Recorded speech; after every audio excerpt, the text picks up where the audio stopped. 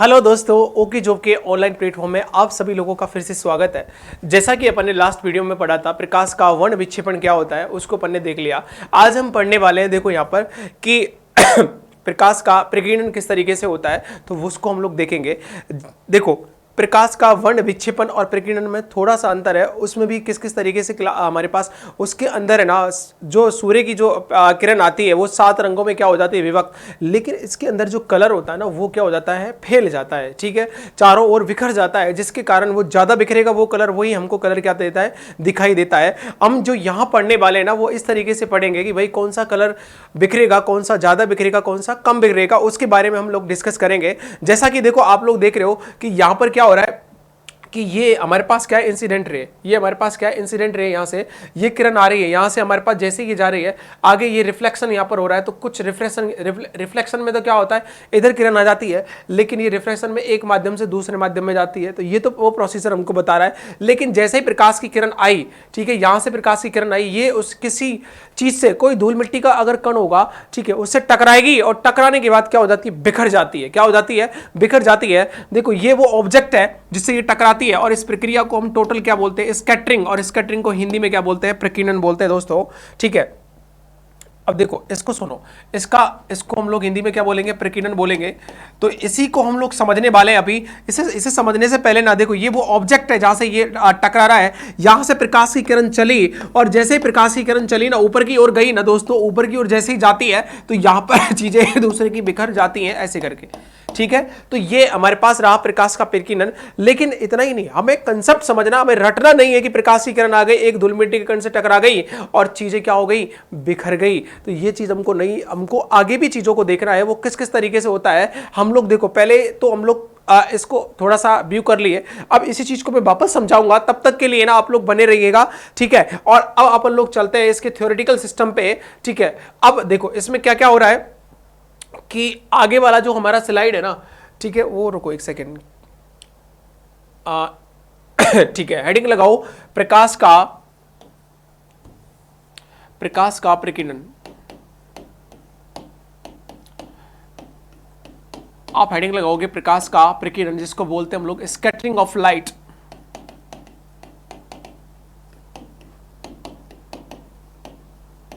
ठीक है, scattering of light. अब देखो सुनो, स्कैटरिंग ऑफ लाइट की अगर हम लोग बात कर रहे हैं यहाँ पे, तो इसमें क्या क्या चीजें दी हुई है कि भाई सबसे पहले ये देखो कि मैं आपको 2 चीजें क्लियर कराता हूं। एक तो होता है आवृत्ति। ठीक है, आप लोग इस टॉपिक को समझने से पहले ना 2 चीजों को क्लियर करो। एक तो होता है आवृत्ति, जिसको क्या बोलते हैं हम लोग, फ्रीक्वेंसी। और एक हमारे पास चीज क्या होती है, एक होती है दोस्तों तरंग दैर्घ्य। ठीक है, एक होती है हमारे पास तरंग दैर्घ्य। अब तरंग दैर्घ्य और आवृत्ति में क्या अंतर होता है, जिसको हम बोलते हैं वेवलेंथ। ठीक है, अगर किसी का तरंग दैर्घ्य ज्यादा होता है तो उसका मतलब क्या होता है, किसी की आवृत्ति ज्यादा होती है तो उसका मतलब क्या होता है, ये बेसिक आपको मालूम होना चाहिए। अब आप लोग देखो कि यहां जैसे करके कोई भी चीज है, ठीक है, या कोई भी हमारे पास जैसे कंपन की बात करेंगे, तो अगर कोई किरण यहां से यहां चलती है, ठीक है, ये इस तरीके से चलती है, तो एक चक्कर करने में जितना भी समय लगता है ना, यहां से चली और यहां तक इसको जो समय लगा एक चक्कर पूरा करने में, आधा लूप ही है। तो इस पूरे लूप को यहां से यहां तक बात कर रहे हैं हम लोग, तो इस पूरे लूप को कंप्लीट करने में जो भी समय लगता है, ठीक है, तो ये लूप जितने ज्यादा होंगे उतनी ज्यादा क्या होगी, आवृत्ति होगी। तो यहां पर एफ इक्वल टू क्या हो जाएगा, एफ बराबर हो जाता है दोस्तों 1/t। ठीक है, ये फ्रीक्वेंसी होती है, इसको आवृत्ति बोलते हैं, और ये क्या होता है, समय होता है। जितना इसमें एक लूप को कंपन करने में, जितना या पूरा करने में जितना समय लगता है, उसको हम क्या बोलते हैं, आवृत्ति। अब मैं आपसे एक चीज पूछ रहा हूं कि मान के चलो इस तरीके की चीजें दी हुई है, आपको क्या दिया हुआ है, इस तरीके की चीज दी हुई है, इसको हमने एक वेव के रूप में दिखाया गया है। अब दोस्तों अगर ये लूप क्या हो जाते हैं ज्यादा, मान के चलो कि अगर ये ऐसे हो गए, ठीक है, अगर हमने माना कि कैसे हो गए, ये इस तरीके से हो गए, तो आप बताओ मुझे इसमें लूपों की संख्या क्या हो रही है, ज्यादा। जैसे ही लूप ज्यादा होंगे, इसका मतलब है कि इसकी आवृत्ति का मान क्या हो जाएगा, बढ़ जाएगा दोस्तों, और ये जल्दी जल्दी जल्दी जल्दी क्या हो जाएंगे, बनने लगेंगे। जैसे ही दोस्तों समय का मान कम होगा, तो आवृत्ति का मान क्या हो जाएगा, बढ़ जाएगा, क्योंकि एक लूप में बनने में जितना समय पहले लग रहा था, अब क्या लगेगा, कम, क्योंकि तभी तो ये ज्यादा बने, तभी तो क्या हुआ, ये ज्यादा बने। और जितने ज्यादा बनेंगे उतना ही हमारा, अगर ये टाइम बढ़ गया, ठीक है, ये टाइम बढ़ गया, तो फ्रीक्वेंसी का मान क्या हो जाएगा, घट जाएगा। इसका मतलब है कि यहां पर हम लोग देख रहे हैं कि अगर ये इस तरीके से है ऐसे ऐसे, ठीक है, तो यहां पर टाइम क्या लग रहा है, यहां पर ज्यादा लगेगा इस केस में, ठीक है। इसको मैं यहां क्लियर और कराऊं आपको कि इस तरीके से ये टाइम ज्यादा कैसे लगेगा, इस केस में ऐसे लगेगा कि एक लूप ऐसे बन रहा है, ऐसे बन रहा है, दूर दूर बन रहे हैं, तो इसमें आवृत्ति क्या हो रही है, कम हो रही है। क्या हो रही है, कम हो रही है दोस्तों। यहां पर आवृत्ति क्या हो रही है, ज्यादा। तो ये तो कंसेप्ट है किसका दोस्तों, ये तो है आवृत्ति का। अब कहोगे सर तरंग दैर्ध्य क्या होता है, हम उसी को उसी वे में लेते हैं कि माना इस तरीके से कोई तरंग चलती है, ठीक है, ऐसे करके चलती है, ठीक है। तो इस बिंदु को देखो, इसका जो हाईएस्ट जो पॉइंट होता है ना, ये इसका ना मीन पॉइंट, ये मीन रेखा होती है, ठीक है, ये मीन लाइन होती है। इस मीन लाइन को हम लोग क्या बोलते हैं, माध्य रेखा, जहां से हम लोग इसके विस्थापन को नापते हैं, ठीक है। तो ये जो होता है ना दोस्तों, इस तरंग की देखो ये वाली जो स्थिति होती है ना किसी भी तरंग की, ये ध्यान रखना, किसी भी तरंग का अपने माध्य, ठीक है, माध्य रेखा से या माध्य से जो अधिकतम जो क्या होता है विस्थापन होता है, उसको हम क्या बोलते हैं, आयाम। क्या बोलते हैं, आयाम, या उसको हम लोग क्या बोलते हैं, एम्पलीट्यूड, ठीक है। क्या बोलेंगे उसको इंग्लिश में, एम्पलीट्यूड बोलते हैं। कि किसी भी तरंग का अपनी माध्य स्थिति से और अधिकतम जो विस्थापन होता है ना, वही क्या होता है, इधर इसका आयाम है, ये इसका आयाम है, ये इसका आयाम है, ये इसका क्या है दोस्तों, ये भी क्या है, इसका आयाम। तो ये आपको ध्यान रखना, ये क्या होगा, एम्पलीट्यूड। लेकिन अगर मैं बात करूं कि इसका जो हाईएस्ट पॉइंट होता है ना, मैं यहां बना देता हूं दूसरा वाला डायग्राम, ठीक है। आपको इस तरीके से समझना है कि इसका हाईएस्ट जो डायग्राम होगा, इसको क्या बोलेंगे हम लोग, क्रस्ट। क्या बोलेंगे, क्रस्ट, जिसको ठीक है क्या बोलते हैं, शिखर। क्या बोलते हैं, शिखर के नाम से जानते हैं। और ये हमारे पास, या हम लोग इसको देखो, अगर ये थ्रेड्स वगैरह में चलता है, आप लोग इसमें तरंग की बात करेंगे तो इसमें श्रृंग और गर्त के नाम से चलता है ये, ठीक है। तो ये भी आप देख सकते हो, इसको हम क्या बोलेंगे, श्रृंग, ठीक है। इसको क्या बोलेंगे, इसको बोलेंगे श्रृंग। और ये क्या हो जाएगा, नीचे ये हो जाएगा हमारे पास गर्त। गर्त का मतलब हमारे पास जड़ हो गया एक तरह का। तो इस वाले भाग को हमने क्या बोला, जड़, और उस वाले भाग को हमने क्या बोला, श्रृंग। तो अब यहां जो कहानी है वो क्या है, वो सुनो कि तरंग दैर्ध्य किसको कहेंगे दोस्तों, एक श्रृंग से और यहां श्रृंग के बीच की दूरी। लेकिन ये कंडीशन क्या बनेगी, ये कंडीशन बनेगी कि दो क्रमागत श्रृंग हो जाए, ठीक है, ऊपर ऊपर के हो जाए, लेकिन लगातार होने चाहिए। कैसे होने चाहिए, लगातार। और दोस्तों अगर हम बात करेंगे यहां से यहां तक की दो क्रमागत श्रृंग या दो क्रमागत क्या हो जाए, गर्त हो जाए, तो उनके बीच की जो दूरी होती है, चाहे तो ये हो, चाहे कौन सी हो, ये हो, चाहे तो हमारे पास श्रृंग हो, चाहे हमारे पास क्या हो, गर्त हो, तो दो क्रमागत श्रृंग या दो क्रमागत गर्त के जो बीच की दूरी होती है, उसी को हम किस नाम से जानते हैं, तरंग दैर्ध्य कहते हैं दोस्तों। क्या कहते हैं, तरंग दैर्ध्य। आपको सर इसका प्रैक्टिकल रोल क्या है, ठीक है, हमें यह बताओ कि ये काम क्या आती है, इसके घटने बढ़ने से इसका क्या प्रभाव पड़ता है। तो मेनली हम उसी पे फोकस करने वाले हैं। तो इसको हम क्या बोल सकते हैं, लेमडा, और इसको भी हम क्या बोल सकते हैं, लेमडा। अब हम आपको ये बताने वाले हैं कि देखो कि इसके अगर मात्रा बढ़ गई या घट गई, इसकी जो वैल्यू है वो घट बढ़ जाती है। मान के चलो कि इस तरीके से ये चीज है, ठीक है। एक तो मेरे पास तरंग दैर्ध्य कैसी है, ऐसे, ठीक है, और एक मेरे पास किरण कैसी है दोस्तों, एक इस तरीके से है, ठीक है, वो कैसे जा रही है, ऐसे करके जा रही है। तो यहां पर हम लोग देख रहे हैं कि यहां एक चीज है। आप लोगों को दोनों चीजों को क्लियर करा देता हूं कि अगर दोस्तों यहां से लेकर के यहां तक की जो दूरी है वो तो मेरे पास क्या हो गई, लैम्डा, ठीक है। ये बात मुझे आपको समझ में आ गई, ये तो ये आ गई भाई लैम्डा। अब यहां से लेकर के यहां तक की जो दूरी है वो क्या है, लैम्डा। यहां से लेकर के इस दूरी में कितने लूप है हमारे पास, ठीक है, कितने लूप है, लूप नंबर ऑफ लूप कितना है दोस्तों, एक। और यहां से लेकर यहां तक की दूरी में लूप क्या हो गई, ज्यादा हो गई। क्या हो गई, ज्यादा हो गए। अब आप लोग देखो कि ये दूरी ज्यादा है या ये दूरी ज्यादा, ये दूरी कम है और ये दूरी क्या है, ज्यादा। जिस तरंग की अगर ये श्रृंग और गर्त के बीच, चाहे तो आपने ना ये ले लो तो भी क्या बात आएगी, ये भी हमारे पास तरंग होगी, ठीक है, ये भी हमारे पास तरंग दैर्ध्य होगी, क्योंकि ऊपर ऊपर वाले को हमने श्रृंग बोला, इस वाले को क्या बोला हमने, गर्त बोला। तो या तो चाहे ये ले लो चाहे ये ले लो दोस्तों। ये जो दूरी होती है तरंग दैर्ध्य, यहां पर ज्यादा है यहां पर कम है। इसका मतलब है कि ये जब ज्यादा होती है तो दोस्तों, जब तरंग दैर्ध्य ज्यादा होती है, ठीक है, जब हमारे पास तरंग दैर्ध्य क्या होती है, ज्यादा, तो लैम्डा अगर ज्यादा होता है तो आवृत्ति क्या हो जाती है, कम, ठीक है, या फ्रीक्वेंसी क्या हो जाती है, कम हो जाती है। इस फ्रीक्वेंसी को हम क्या करते हैं, उस स्थिति में क्या हो जाती है, कम हो जाती है। लेकिन दोस्तों लैम्डा क्या होता है, कम, तो फ्रीक्वेंसी क्या होती है, ज्यादा। मैं प्रैक्टिकली समझाता हूं आपको, जिससे आपको समझ में आ जाए कि यहां देखो, यहां तरंग दैर्ध्य क्या है, ज्यादा, लेकिन लूप की संख्या क्या है, कम। लेकिन यहां तरंग दैर्ध्य क्या है, कम, लेकिन नंबर ऑफ लूप्स क्या है, ज्यादा, ठीक है। तो इस केस में तो कौन सी चीज हो रही है, लैम्डा हो रहा है कम, लेकिन एफ क्या हो रहा है, ज्यादा। यहां पर लैम्डा क्या है, ज्यादा, लेकिन एफ क्या है यहां पर, कम। तो समझ में आ गया, ठीक है। जो किरण ज्यादा दूरी तय करेगी, ठीक है, श्रृंग गर्त के बीच की दूरी ज्यादा होगी तो उसका तरंग दैर्ध्य ज्यादा होगा, और जिसके लिए क्या होगा, नंबर ऑफ लूप्स क्या होंगे, कम होंगे, ठीक है। और जिसके लिए लैम्डा का मान कम होगा, अगर सुरंग और गर्त के बीच की दूरी का मान क्या होगा, कम होगा, तो उसके लिए f का मान क्या हो जाएगा, ज्यादा, क्योंकि उसमें नंबर ऑफ लूप्स की संख्या क्या होगी, ज्यादा। ये कंसेप्ट है हमारे पास फ्रीक्वेंसी का और आवृत्ति का।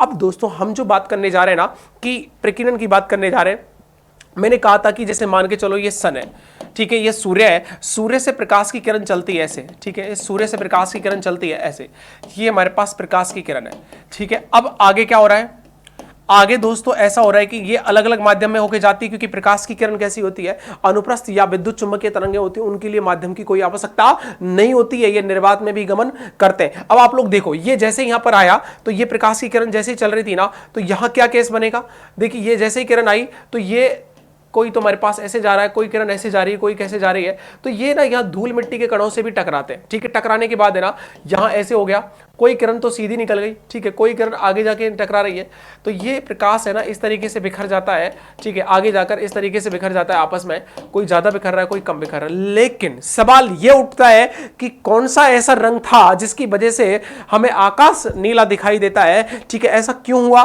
इसका कारण हमारे पास क्या है कि अगर कोई भी प्रकाश की किरण आती है धूल मिट्टी के कणों के द्वारा, ये क्या हो जाती है, अपने रंगों में क्या हो जाती है, विभक्त हो रही है, क्योंकि इनके बीच में क्या मिल रहा है, तो उसको अवरोध मिल रहा है, ठीक है, जिसकी वजह से ये चारों ओर बिखर गई, ये यहां पर टकराया, फिर यहां पर टकराया, ठीक है, इस तरीके से ऐसे यहां बीच बीच में मीडियम्स होंगे ना, तो वो सारे की धूल मिट्टी के कण इसको टकरा देंगे।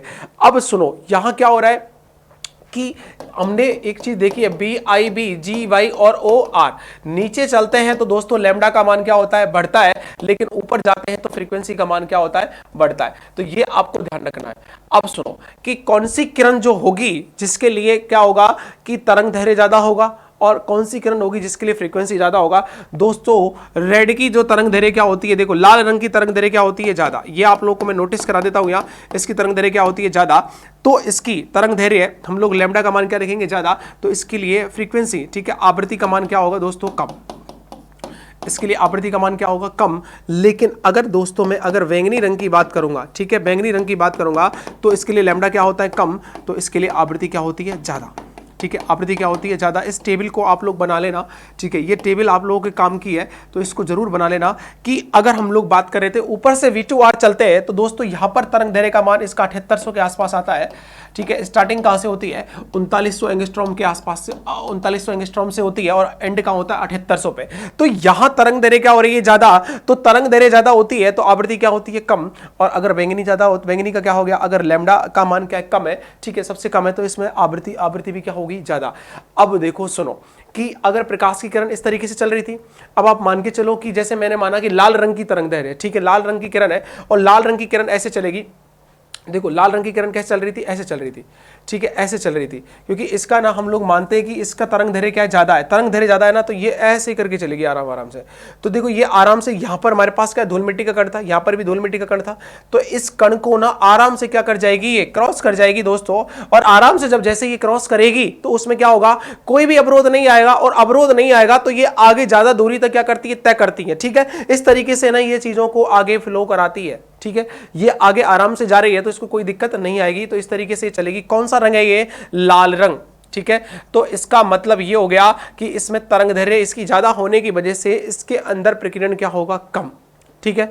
ये हमको समझना है कि लाल रंग की तरंग दैर्घ्य ज्यादा है, इसका मतलब है कि इसके अंदर, ठीक है, कोई भी प्रकीर्णन नहीं हो रहा, मतलब ये बिखर नहीं रहा, क्योंकि जो बिखेरने वाले हैं वो इनके बीच में आ जाते हैं, और यहां से लेकर के देखो यहां तक, ठीक है, यहां से लेकर यहां तक कितनी तरंग दैर्घ्य, काफी लंबाई हो रही है। अगर दोस्तों ये आप कहोगे कि इसकी फ्रीक्वेंसी तो दोस्तों कम हो गई, बिल्कुल हो गई इसकी कम, इसका मतलब जिसका ज्यादा तरंग दैर्घ्य होगा उसी का ही प्रकीर्णन क्या होगा, सबसे कम होगा, और जिसका ज्यादा तरंग दैर्घ्य नहीं होगा, ठीक है, मतलब क्या होगा, सबसे कम होगा, तो उसका प्रकीर्णन क्या होगा, ज्यादा होगा। अब देखो सुनो, मैं आपको आगे बताऊं कि ये हमारे पास क्या है, सूर्य है, कि यहां से जो किरण आ रही थी, कि हम लोग अगर मान के चल रहे हैं आगे कि ऐसा हो रहा था कि प्रकाश की किरण यहां से आई, और यहां पर क्या था हमारे पास, इस तरीके से एक धूल मिट्टी का पार्टिकल था, और ये किरण ऐसे चली गई, ठीक है, ये किरण कैसे चली गई, ऐसे चली गई, आगे जाके फिर ये बिखर गया, तो इस तरीके की घटना चल रही थी, और हमने मान लिया कि यहां से किरण गई, यहां से आई, ठीक है, ऐसे हमारे पास ये किरण आई, तो ये जो है ना, हमने माना कि कौन सा कलर है, ये नीला, कैसा है, नीला। तो ये नीला जो कलर है ना, ये इसी प्रकार से क्या होता है, स्कैटरिंग होती है इसमें, मतलब ये बिखर जाता है, और यही कारण है प्रकाश के जब सूर्य का किरण आती है तो उसके मार्ग में उपस्थित धूल मिट्टी के कणों के द्वारा, ठीक है, प्रकाश का 7 रंग, प्रकाश का क्या हो जाना, प्रकाश की तरंग का क्या हो जाना या रंगों में विभक्त हो जाना, अलग अलग तरीके से बिखर जाना, ठीक है, तो वो घटना क्या कहलाती है हमारे पास, प्रकीर्णन कहलाती है दोस्तों। इसीलिए देखो ये लाल, अब ये हमने रेड रंग का तो कुछ हुआ ही नहीं ना, तो यहां इसी प्रकार ने जैसे ही किरण आई तो ये नीला जो रंग होता है दोस्तों, धूल मिट्टी के द्वारा क्या हो जाता है, कणों के द्वारा आगे आगे ना ऐसे करके बिखर जाता है, तो इसीलिए आकाश का रंग हमें कैसा दिखाई देता है, नीला। यही कारण है कि आकाश का रंग आकाश का रंग नीला दिखाई देता है। कैसा दिखाई देता है, नीला। आकाश का रंग नीला दिखाई देता है। ये चीज समझ में आ गई अब आपको कि भाई आकाश का रंग नीला क्यों दिखाई देता है, पहला कंसेप्ट। दूसरा और सुन लो कि अगर यही स्थिति है हमारे पास, ठीक है, आकाश का रंग हमारे पास क्या आ रहा है, नीला दिखाई दे रहा है, तो इसमें देखो, और मैं आपको इसमें एक कंसेप्ट बताऊं कि इसकी तरंग दैर्घ्य देखो ये इस तरीके से फ्लो हो रही थी, ठीक है, तो ये पास पास से फ्लो हो रही थी, तो इसमें जो आ रहे थे ना अवरोध, कहीं तो इसके बीच बीच में आ गए, ये टकरा गए, तो इसके बीच बीच में इस तरीके से ना ये किरणें क्या हो रही थी, डिफ्लेक्ट हो रही थी, तो ये तरंग दैर्घ्य क्या हो गई, इसकी कम हो गई, और इसमें नंबर ऑफ लूप्स क्या हो गए, ज्यादा हो गए। इस वजह से ये क्या हो गई, घटना हो गई। ये किस में होता है ऐसा, ये होता है प्रकाश का जो तरंग आती है जिसके कारण हमको ना इस तरीके से स्कैटरिंग होती है और हमें आकाश कैसा दिखाई देता है, नीला दिखाई देता है। मालूम चल गया सभी को कि आकाश नीला क्यों दिखाई देता है, ठीक है। अब आगे हम लोग चले और कि भाई इसका जो है ना प्रकीर्णन का देखो, इसके एग्जांपल्स देखिएगा, इसके एग्जांपल की बात करेंगे तो इसके बहुत सारे एग्जांपल है। पहला है सूर्य अस्त एवं सूर्य उदय के समय आकाश, सूर्य अस्त एवं सूर्य उदय के समय लाल दिखाई देता है। कैसा दिखाई देता है, लाल दिखाई देता है। ऐसा क्यों, देखो ये जो किरणें होती है ना, लाल रंग की जो किरण होती है वो बहुत ज्यादा दूरी तक जाती है, ठीक है, लाल रंग जो होता है तो ये दूरी तक जाता है, ठीक है, क्योंकि इसकी तरंग दैर्घ्य क्या होती है, ज्यादा, तो इसका प्रकीर्णन क्या होता है, कम। प्रकीर्णन क्या होता है, कम, ठीक है, प्रकीर्णन कम होगा। अगर ये फैलेगा ही नहीं तो ये लंबी दूरी तक जाता है, ठीक है, इसीलिए ना हमें बाकी के सारे रंग क्या हो जाते हैं दोस्तों, रास्ते में ही बिखर जाते हैं। सूर्य से आने से जैसे यहाँ से आते हैं तो ये बाकी के रंग है ना यहाँ पर ये बिखर जाते हैं, ठीक है, इस तरीके से ही रह जाते हैं। कोई यहाँ तक पहुँचता है, कोई यहाँ तक पहुँचता है, कोई यहाँ तक पहुँचता है, और ठीक है इस तरीके से ये बिखर जाएंगे और केवल एक ही रंग होगा जो हमारे तक यहाँ तक आके पहुँचता है, ऑब्जेक्ट तक, ठीक है, जिसका हम लोग जो जिस हिसाब से हमें ये वस्तु दिखाई देती है सॉरी दोस्तों, तो ये लाल रंग हो जाएगा, ठीक है। इसीलिए हमें आकाश का या सूर्योदय या सूर्यास्त के समय हमें कैसा दिखाई देता है, ये लाल दिखाई देता है। अब इसके और देखो और क्या एग्जांपल है कि देखो हमें कई बार देखो इस तरह की चीज होती है ना कि आकाश का रंग नीला दिखाई देना, ये भी इसको मेंशन कर लीजिए आप लोग। दूसरा एग्जांपल क्या हो जाएगा, आकाश का रंग नीला दिखाई देना। आकाश का रंग नीला दिखाई देना भी किसका कारण होता है, इसी का ही कारण होता है। तो ये प्रकीर्णन वाली घटना थी जो आपको मैंने बताई। अब देखो इसका एक और है, जो इसमें एक वैज्ञानिक थे जिन्होंने हमें एक चीज बताई थी कि भाई इसमें अगर आप लोग एक चीज करोगे कि लैम्डा के आधार पर अगर प्रकीर्णन के बारे में बात करें तो एक नियम बनाया गया और इस नियम को क्या बताया गया, और किसने दिया था, रेले के नियम, ठीक है, रेले का नियम। और रेले नाम के एक वैज्ञानिक थे, उन्होंने कहा था कि जो प्रकीर्णन की जो मात्रा होगी, ठीक है, प्रकीर्णन जो होगा ना वो तरंग दैर्घ्य के चतुर्थ घात के क्या होता है, समानुपाती होता है, ध्यान रखना, ठीक है। अब देखो आप जैसे जैसे अगर तरंग दैर्घ्य बढ़ेगी, ठीक है, वैसे वैसे प्रकीर्णन का मान क्या होगा, कम।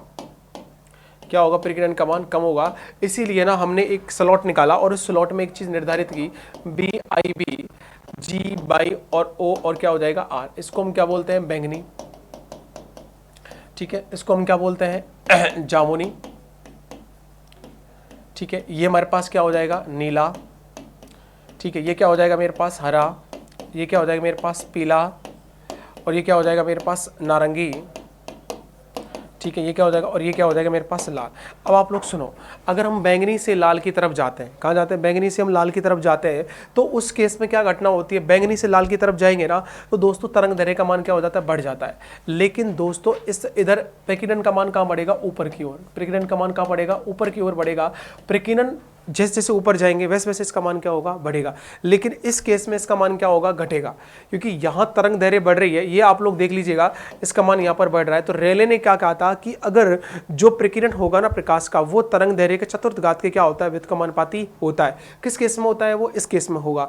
ठीक है, तो ये जो कंसेप्ट था ना, इसका मतलब आप लोगों से पूछा जाए ना, सर्वाधिक, आपसे पूछा जाए सर्वाधिक सर्वाधिक प्रकीर्णन किस रंग में होगा, बैंगनी रंग में। ठीक है, किस में होगा, बैंगनी रंग में। ठीक है, और सबसे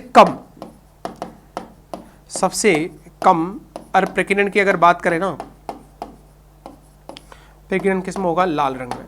अब देखो इस गुण के कारण, क्योंकि लाल रंग का कोई भी हमारे पास विभक्तिकरण हुआ ही नहीं, अगर विभक्तिकरण नहीं हुआ तो उस केस में क्या हुआ कि इस वजह से हमारे जितने भी रेलवे सिग्नल्स होते हैं ना, उनके अंदर हम कौन सी लाइट यूज करते हैं, देखो इसके अंदर जो इसी गुण के कारण लेजर लाइट जो बनाई जाती है। ठीक है, लेजर लाइट जो आप लोग शादी समारोह वगैरह में देखते हो, तो लेजर जो लाइट होती है, ठीक है, उसमें किसका उपयोग करते हैं हम लोग, लाल रंग की बीम का।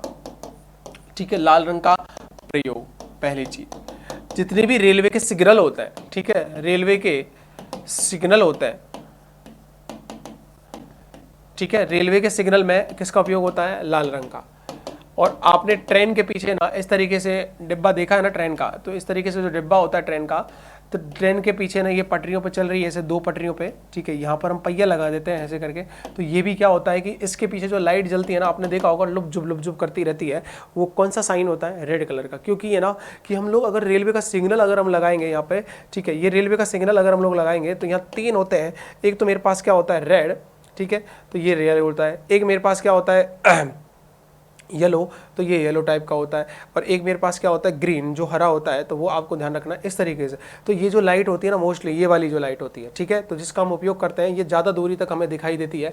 और अगर इसका मामला अगर सेट हो जाए, ठीक है, अगर ये कोई गलती से रेड सिग्नल हो जाए या चीज़ हो जाए, तो ये संकेत होते हैं हमारे पास चलने के, जो ट्रेन को चलाते हैं, क्योंकि लंबी दूरी तक इन चीज़ों को देखा जा सके, क्योंकि इनमें कोई भी क्या नहीं होगा, बिखरेगा नहीं, कोई भी रंग है जो ये बिखरता नहीं है। ठीक है, according to this law and हमारे पास जो भी सिद्धांत प्रिंसिपल है, उसके आधार पर ये चीज़ें बिखरती नहीं है। तो दोस्तों ये घटना जो थी ना, हमारे पास कितनी प्रकाश के प्रकीर्णन की थी। अब मैं आपको डायग्राम पे बताता हूँ इसको, जो मैंने आपको बताया था। अब आप मेरे ख्याल है ना, आपको कुछ चीज़ें यहाँ पर क्लियर हो जाएंगी। देखो यहाँ में जो मैं आपको बता रहा था ना, वो इस तरह की चीज़ें थी कि भाई हम लोग जो समझ रहे थे कि यहाँ से प्रकाश की किरण आ रही थी, ठीक है, अब वहाँ समझो ना समझो, लेकिन अब समझ में आ जाएगा कि रास्ते में इसको क्या मिल गया, कोई धूल मिट्टी के कण मिल गए। ठीक है, अब इस कणों से टकराने के बाद है ना, कोई तो इधर बिखर गए, सारे क्या हो गए, इधर बिखर गए। ठीक है, तो इस प्रक्रिया को हमने क्या कहा, स्कैटरिंग को हम बोलते हैं दोस्तों प्रकीर्णन। इस स्कैटरिंग को क्या बोलते हैं हम लोग, प्रकीर्णन बोलते हैं। देखो इसको और जूम आउट कर लेते हैं अपन लोग इस तरीके से, इस प्रक्रिया को क्या बोलते हैं हम लोग, प्रकीर्णन बोलते हैं। तो ये जो है ना हमारे पास दिया हुआ है, तो वो इस घटना को प्रकीर्णन बोला। एक तो हमारा तरीका ये था, लेकिन आप कहोगे सर लाल रंग में ही हो रहा है कि ये लाल में नहीं हो रहा है, सब में हो रहा है। ठीक है, लाल में क्या हो रहा है, ज्यादा हो रहा है। ठीक है, सॉरी लाल में क्या हो रहा है, कम हो रहा है, उल्टा ये ब्लू या इस तरह का होता है। तो आप देखते हो ना, आकाश का रंग नीला क्यों दिखाई देता है, प्रकाश के प्रकीर्णन के कारण दिखाई देता है। ठीक है, अब देखो आगे एक डायग्राम और है जिसको हम लोग पढ़ेंगे। ये हमारे पास इस तरीके का, देखो इसको देखो, तो देखो ये ऊपर से क्या आ रही है, सूर्य का प्रकाश आ रहा है। ऊपर से क्या आ रहा है, सूर्य का प्रकाश। जैसे सूर्य का प्रकाश आएगा, ये सूर्य का प्रकाश आ रहा है। अब इसके अंदर देखो, ये है हमारे पास एटमॉस्फेरिक पार्टिकल। ठीक है, वायुमंडलीय कण। यहाँ पर नीचे क्या है, ये वायुमंडलीय है, ये क्या है दोस्तों, कण है। तो वायुमंडलीय जो भी कण है ना, इन कणों से टकराएगा। ये जो तीन हमको यहाँ पर एग्जांपल तौर पे तीन है, तो ये ऐसे बिखर गए, कोई इधर चला गया, कोई इधर चला गया, कोई इधर चला गया, कोई इधर चला गया। तो ये टकराने के बाद है ना, आगे ऐसे ही ना बहुत सारे पार्टिकल में करोड़ों अरबों होते हैं, उनमें बिखर जाते हैं। और मैंने आपको बताया था, जो जो इस तरीके से तरंग आती है, जो जो इसके उसमें आ जाता है, ठीक है, रास्ते में आ जाता है, तो वो बिखर जाता है। ये तरंग आई तो ये बिखर गया, ऐसे करके। तो इसीलिए ना लाल रंग का तो क्या होता है, इस तरीके का तरंग दैर्घ्य का कंसेप्ट होता है, तो उसमें आराम से ये ना रह जाते हैं। लेकिन जो हमारे पास बैंगनी होता है ना, उसके अंदर नंबर ऑफ लूप्स क्या होता है, ज्यादा, तो वो यहाँ पर नहीं रहता है। ठीक है, तो इसकी वजह से इसमें से ये टकरा टकरा के भागते हैं। तो प्रकीर्णन जो होता है वो बैंगनी रंग में ज्यादा और लाल रंग में क्या होता है, कम, जो अपन लोग पढ़ चुके थे। और ये देखो, ये भी एक डायग्राम है जिसमें आप और समझ सकते हो कि जैसे ही प्रकाश की किरण आ रही है, तो ये इस तरीके से तो एंट्री हो रही है इसकी, इससे टकराने के बाद बैकवर्ड मतलब पीछे की तरफ जा रही है, ये आने वाली किरण है, इसको क्या बोल सकते हैं हम लोग, आपतित किरण बोल सकते हैं, ठीक है। और ये ना, ये हमारे पास ये प्रकीर्णन लाइट है, ये क्या है हमारे पास, प्रकीर्णन प्रकाश की किरण है। तो जो हमारे पास इस घटना की प्रकीर्णन प्रकाश की किरण है, ये जो प्रकीर्णन होने के बाद वापस से जैसे आई तो टकराने के बाद ये इधर उधर भाग गए, ठीक है। तो इस तरीके से ये आगे निकल गई, ये पीछे चली गई। तो इस प्रकार है ना, जैसे एक पार्टिकल पे इस तरीके से आ रही थी तो इसको हम लोगों ने क्या बोला, इंसिडेंट। अब ये कुछ ऐसे चला गया तो इसको हमने बैकवर्ड बोल दिया, आगे चला गया तो उसको हमने क्या बोल दिया, फॉरवर्ड बोल दिया। आगे की तरफ जा रही है तो ये चारों ओर बढ़ जाती हैं और बिखर जाती है, जिससे उसका जो रंग बिखरेगा आसपास होगा दोस्तों, ये तो सिंपल सी बात है कि वो रंग वैसा ही दिखाई देगा। और भी देख लो, अगर फिगर्स में हम लोग और डायग्राम देखें तो ये हो गया एक हमारे पास, हाँ। तो ये जिस तरीके का था ना जो हमने देखा, तो वो ये टॉपिक जो आपको मेरे हिसाब से क्लियर हो गया होगा, कोई कंसेप्ट आपका नहीं रहा होगा। देखो आकाश का रंग नीला क्यों दिखाई देता है, पेपर में डायरेक्ट क्वेश्चन छपता है तो नीला किसके कारण दिखाई देता है, प्रकीर्णन के कारण। सूर्य उदय और सूर्य अस्त, सूर्य जो छिपता है, सूर्य जो उगता है, ठीक है, उससे कुछ समय के लिए ना हमको ना कैसा दिखाई देता है, लाल दिखाई देता है। सूर्य उदय और सूर्य अस्त से पहले सूर्य का 2 मिनट पहले और 2 मिनट बाद तक का दिखाई देना वो कारण होता है अपवर्तन का, लेकिन लाल दिखाई देना वो कारण होता है प्रकीर्णन का। ये आपको ध्यान रखना है, ठीक है। रेलवे सिग्नल्स या जितनी भी चीजें होती हैं, ठीक है, जिसमें हमने लेजर लाइट ले लिया या रेलवे सिग्नल ले लिया, उस डिपार्टमेंट में हम लोग लेजर जो लाइट कलर का कौन सा यूज करते हैं, रेड कलर का, बिकॉज उसकी तरंग दैर्घ्य होती है ज्यादा और उसका प्रकीर्णन क्या होता है, कम। यही कारण है कि वो अधिक दूरी क्या करता है, तय करता है, उसका प्रकीर्णन बिल्कुल नहीं होता, अर्थात ये रंग बिखरता नहीं है, इसीलिए इसको लेजर लाइट में हम लोग यूज करेंगे, ठीक है दोस्तों। ये प्रकीर्णन वाला टॉपिक कंप्लीट हो गया, आपको इसे ज्यादा से ज्यादा देखना है, ठीक है, और बाकी के दोस्तों को इसको हमारी वीडियो को शेयर करना है, जिससे आप लोगों को, दोस्तों को ये सारी चीजें क्या हो सके, लंबे समय तक याद रह सके और ज्यादा तक ये मैटर डिलीवर हो सके, ठीक है। धन्यवाद।